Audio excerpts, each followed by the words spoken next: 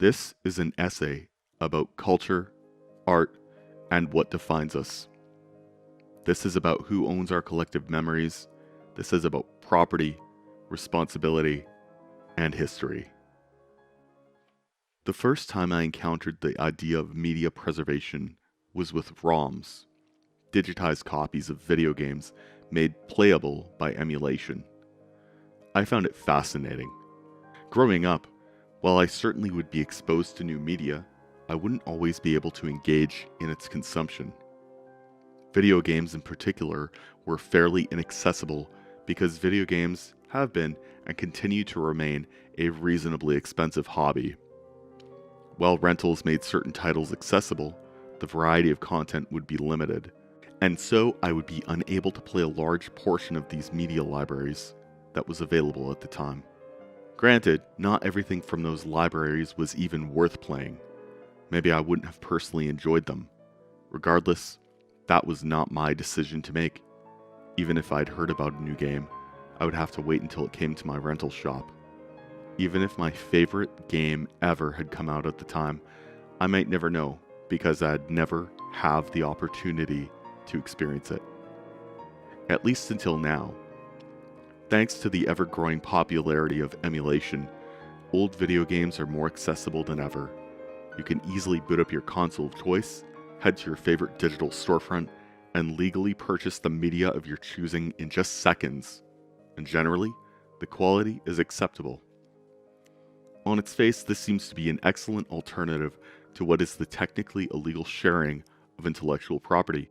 Corporations are allowed to continue to see returns on a product released sometimes decades ago. For the public, entire libraries of content remain easily accessible. The issue, however, isn't what's being offered, but what is not. Many retailers currently selling digital goods are only able to offer fractions of existing libraries.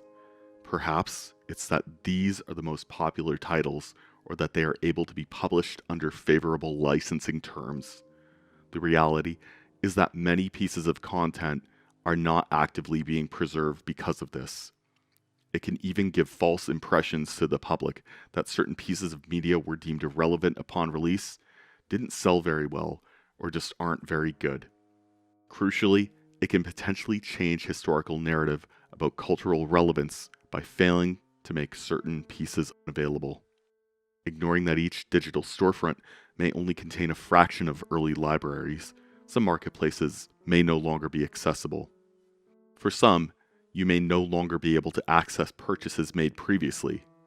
If you want to continue to be able to legally access these games, your only options may be to buy physical copies, if any were ever produced, on the secondary market at potentially exorbitant prices, or buy another device which still allows for connectivity to an existing storefront. In short, this is not preservation by any meaningful metric. External forces are being allowed to determine the means and method of how much media will be preserved. It may even shape our perception of what was important culturally by failing to offer a lack of proper context. While games have their own concerns when it comes to preservation, lost media has been an ongoing issue for decades. Take film, for example. The Martin Scorsese Film Foundation estimates half of all American films made before 1950 and over 90% of all films made before 1929 are lost forever. While there may be some debate over the exact figure, there is agreement that a significant portion of film history has been lost. That figure almost seems comical until you learn that prior to the 1950s, nitrate film was used to make movies. While it may have been a critical component in advancing the medium, it is also highly flammable. It has been a key component in multiple fires throughout history, including the 1937 Fox Vault Fire, the 1965 MGM Film Vault Fire, and the 1978 Suitland Film Vault Fire. Films would also sometimes be burned by exhibitors to extract silver particles from their emulsions. Sometimes companies would burn them because they were no longer seen as being important, and storing them probably seemed like a waste of money. This has unfortunately led to a vast quantity of cinema simply no longer existing in any appreciable fashion. It may be true that those films lost over time were not worth preserving. It is entirely possible that they were disposable. But because those films are lost, we will never be able to make that decision for ourselves. For those that were destroyed, they were rendered valueless to all of us. Despite their potential future impact, they were not permitted the opportunity for us to assess them. Even if they were determined to be devoid of merit during their time, that should not preclude them from being preserved. Films like Faust, Haxan, and Metropolis would all be met with varying degrees of success during their original release, only reaching their level of cultural affect through years of critical reevaluation. So while it is possible their original appraisal may be accurate, we will never know. We are left to speculate as to their importance. Lost media can be looked at as a historical problem. Much in the way of art and culture has disappeared over time. From the House of Wisdom and beyond, we have lost or destroyed untold riches of human creativity. Though we may be able to rediscover portions, ultimately we may never have a comprehensive knowledge of civilization, because some of it may be gone forever. Where once we recorded history on clay tablets and parchment, much of our culture has found itself inexorably linked to proprietary media formats. While most people will be familiar with VHS, tape cassettes, and vinyl records, standardization is a fairly recent innovation. Even over the course of the past 100 years, media formats have changed drastically. Magnetic tape has seen countless iterations that have been rendered obsolete. Formats like the play tape, RCA tape cartridge, and the 8-track, among others. While many have had varying degrees of success during their lifespan, the nature of the medium dictates that they currently remain largely inaccessible to all but the most fervent archivist. Historic media may present significant difficulties when it comes to preservation. While the technology used to capture audio may be based on standardized principles, tape formats remain proprietary. Therefore, it stands to reason that while extracting the information from any magnetic tape should be possible, practically, it is an expensive and time-consuming process to do so. But even if the technology behind a medium operates to a standard, that doesn't guarantee preservation will be easily achievable. Most mediums remain incompatible with one another. This makes access to the information stored on each an increasingly difficult prospect. While certain formats of discs require hardware that is readily available to the average person, many of these other formats require hardware that increasingly becomes more difficult to obtain.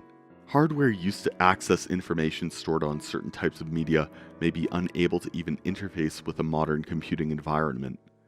In many instances, original hardware or specialized equipment is required.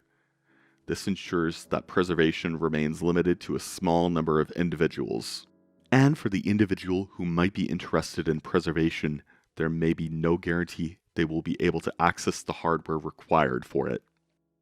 Admittedly, those with an interest in older technology often are interested in preservation. However, even with the equipment and desire to do so, they may be limited in what they are able to preserve. All computer storage systems, regardless of design, will reach the point of degradation. Every piece of physical media has a finite lifespan, and we may miss the opportunity to preserve them. In time, cartridges will be rendered unusable. Laserdiscs will become unplayable. Disc rot threatens to render compact discs useless. Eventually, all physical media will degrade over time. As robust as a technology may be, there is a non-zero chance that all will eventually reach a state of entropy and be lost forever.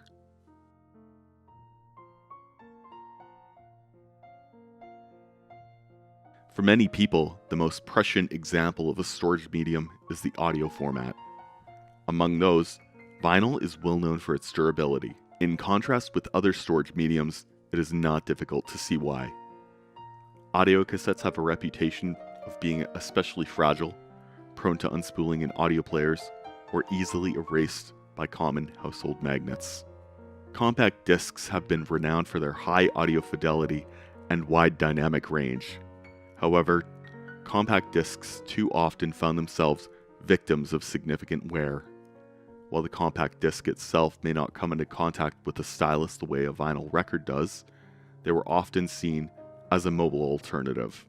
For many years prior to the rise of digital streaming, compact disc players found themselves both cheap and widely available, from car stereo systems to portable CD players. Compact discs often found themselves played in suboptimal environments, being exposed to extreme heat and cold. Physical damage would not be uncommon, as they were often stored in binders constructed of materials that could be abrasive to the discs themselves. Even dirt or fingerprints on the reflective side of the disc could render media unplayable. To contrast this, vinyl does not suffer from the same issues. Vinyl records are manufactured to be a single, solid piece of vinyl polychloride. This ensures they are significantly more durable than the brittle plastic shells cassette tape is carried in, and much more physically resilient than compact discs. They cannot be demagnetized like tape or suffer from disc rot. In comparison to the fragile nature of either of those mediums, they can be considered effectively durable objects. But vinyl records are not impervious to the ravages of time. They too can become warped, scratched, and rendered unplayable. The act of playing a record with needles that are worn out may damage it. Perhaps the turntable is not properly calibrated, has an undersized platter, or heavy tone arm. There are many factors which may diminish a record's lifespan. This is not to say that vinyl is a bad format for storage.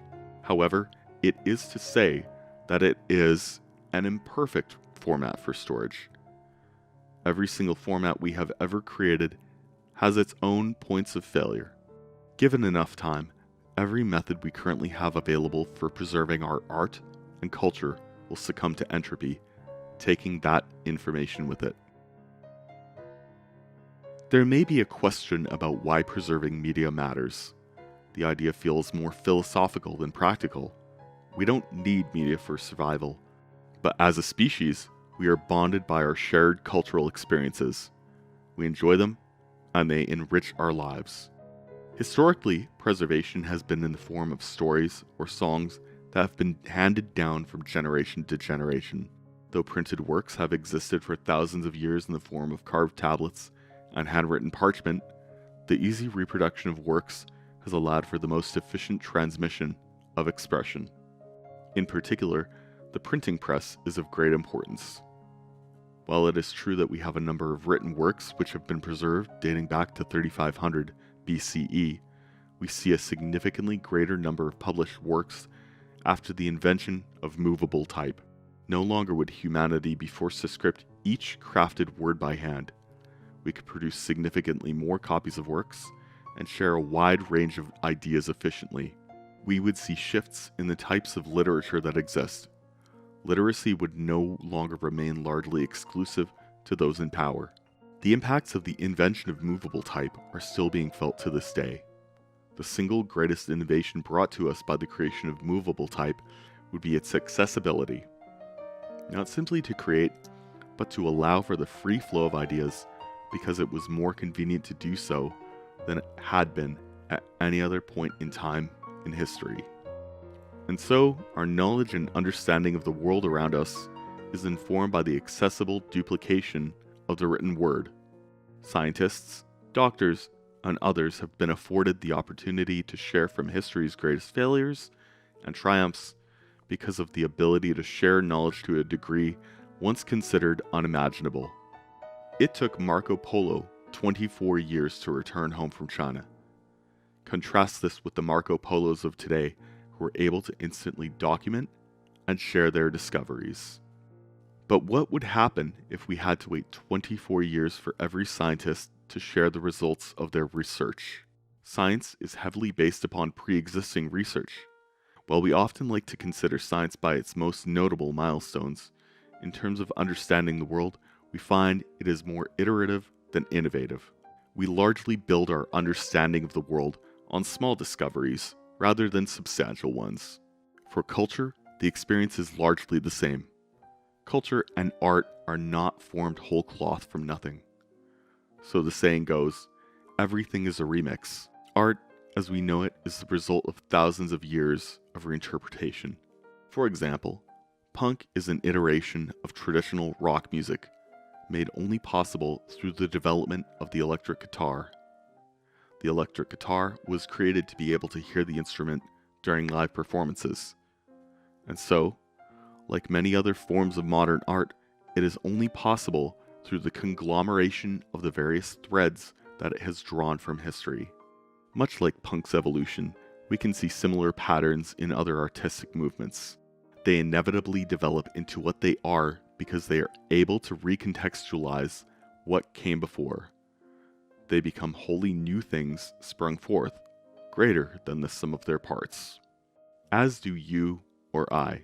We often find ourselves defined by cultural memories, founded upon well-established cultural traditions. Many existing societal norms find themselves deeply entrenched in ideas originating thousands of years ago. Our understanding of human history gives us a better perspective into who we are today and who we could be tomorrow. And so, if all we are is what we remember, what happens when we forget? While the burning of the Library of Alexandria is undoubtedly one of the most famous and tragic events in history, we potentially stand at the threshold of an infinitely larger existential threat to culture. It is all but certain that currently existing physical media will fail in time. Many would argue that it is irrelevant to worry about, that what is most culturally important will continue to remain widely available. While this seems like a perfectly reasonable statement to make about media preservation, it is a dangerous presumption to make. In the world of creative properties, often what we determine as the factor of worthiness is financial value. This is often the easiest metric to calculate. We can easily see if a project has generated interest by its success or failure to generate a profit. However, this metric feels arbitrary. While it could be argued that a film that has been financially successful is culturally important, we must ask ourselves first, whose culture? While American cinema has undoubtedly gained popularity the world over, there are several countries which have produced films of similar financial return which may have little saturation with the wider Western audience. Should these films be deemed unimportant because they did not reach equivalent cultural saturation? With regards to financial return, it could be argued that while financial success shows interest in a property can also become financially successful by producing a film with a lower budget, a novel concept, or just a good marketing campaign without reaching significant awareness. And what of the films that may be culturally relevant and are profitable, but not as profitable as other properties? Should we ignore those? And what about properties which are no longer financially viable? Many classic serials or film noir hold little or no financial value because they have fallen into the public domain. For rights holders, there is little incentive to ensure their preservation, but as cultural artifacts, they remain of vital importance. Much like how Pachelbel's Canon in D has found itself remixed and repurposed countless times, so do we find their ideas invoked time and time again. Of course, it has been long accepted that preservation of history should remain sponsored by the public interest. While museums and art galleries often function as public attractions, they are not solely profit-driven. They are able to operate like public utilities without the need to worry about return on investment. That is not to say that the public interest is impervious to failure, but it has support systems in place that are not beholden to financial interests. We should seek to fund those who are not financially incentivized to make determinations about what should be accessible to the public. While long-term information storage becomes an increasingly expensive proposition, public management is vital. When knowledge becomes managed by the public interest, it has the best opportunity to ensure it remains accessible to all. We live in an age where information is readily accessible to the public. But what we take for granted as access to art and culture is only what is permitted. It is easy to mistake free access for altruism.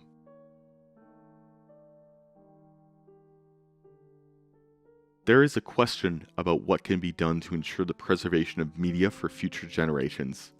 This continues to be an issue for preservationists as much as it does the public. In some ways, media preservation faces challenges that traditional historical preservation does not. Dedicated preservationists of today will face a myriad of difficulties, most critically data storage. There may be some long-term solutions which claim to last upwards of 1,000 years, but these themselves face challenges of their own. For example, if we assume that the amount of current data online is in the range of zettabytes, you would need tens of billions of compact disks, and that number grows exponentially with every upload. While file sizes can be mitigated with compression, current physical media is still only able to capture fractional percentages of what is estimated to be online, and the claims that certain types of media will last hundreds or even thousands of years is currently just that, a claim. Undeniably, they may be built to a more rigorous standard, but if history has shown us anything about data storage, it's that nothing is foolproof. Because they are intended to last centuries, there is no way for us to genuinely validate that claim. Until we can show them operating for the time span indicated, it cannot ever be a guarantee. And then there is the question of obsolescence. While we can be reasonably assured that 100 years from now, we will still be able to read existing physical formats, because we have historically been competent at ensuring we preserve the devices we need to play them, it may be relatively safe to assume that a piece of media created today will be able to be accessed in the future. After all, we are still capable of playing wax cylinders or acetate discs which were in use at least that long ago. But beyond that, will the tools needed remain accessible? While we certainly are doing a fair amount to preserve information today, no one knows what the future will hold. So what do we do? Right now, it seems like there is no good answer to the problem. Information, if left unchecked, will always seemingly head towards entropy. It would seem our best solution to this currently would be creating multiple levels of redundancies on new hard drives regularly. But much like other forms of digital storage, these too can be prone to failure. So then we rely on things like cloud storage to provide further redundancies. Cloud storage is expensive, but can generally ensure that your data is safe as long as you're able to pay for it. But then, you are entrusting a third party, and concerns about data breaches aside, there is also the threat of insolvency. Much like any other form of storage, they can and do fail. Reliability is simply a perception. In the industry, bankruptcies are not uncommon. Companies are run by people, and people can always risk the chance of failure, no matter how seemingly well organized they are. One of the most critical issues with media preservation is to raise awareness as to its importance. We may not see it in our daily lives, but we are living history. One day, the societies we live in will be learned about in textbooks, much like we do with our ancestors. Our stories of today will become the thing of myth that go on to influence the storytellers of tomorrow. But we need to ensure that they survive until then first. So what do? Perhaps we accept that it is a significant effort going far beyond the purview of a single individual or organization. There may come a time when a single form of storage media is resilient to physical degradation and data entry that will be able to store an infinite amount of information preserved for countless generations. Until then, we may just have to accept that it is a vast shared responsibility, that if we seek to preserve our culture for future generations, we must take action ourselves, be that in the form of active preservation or even just taking the time to communicate what matters to us today.